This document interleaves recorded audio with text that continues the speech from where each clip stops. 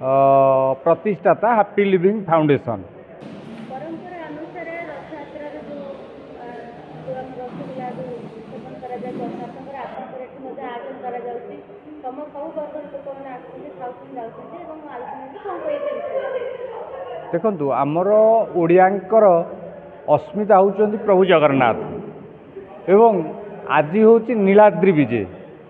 जेतबळे घरे माँ लक्ष्मी ऋषिचंदी अभिमान करिचंती माँ लक्ष्मी को मनैबा पई प्रभु जगन्नाथ माँ लक्ष्मी को पई नेकी आसीचंती रसगोला आमे ओडिया भारी बढ़िया आमर अस्मिता प्रभु जगन्नाथ यही सेठी जगन्नाथ संस्कृति रे परिचय देती स्त्री की सबुबले सम्मान दि जाए तेणु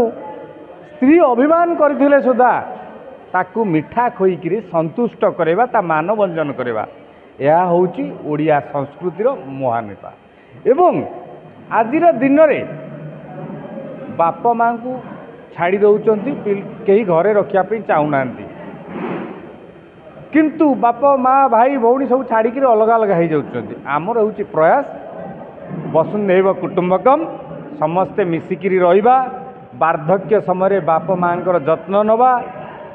सेवा करवा यह हूँ आमर काम्य यही नीलाद्रि विजय उपलक्षे रसगोला महोत्सवर मुख्य उद्देश्य आमे ओडिया भारी बढ़िया प्रभु जगन्नाथ आमर होउचंदी अस्मिता।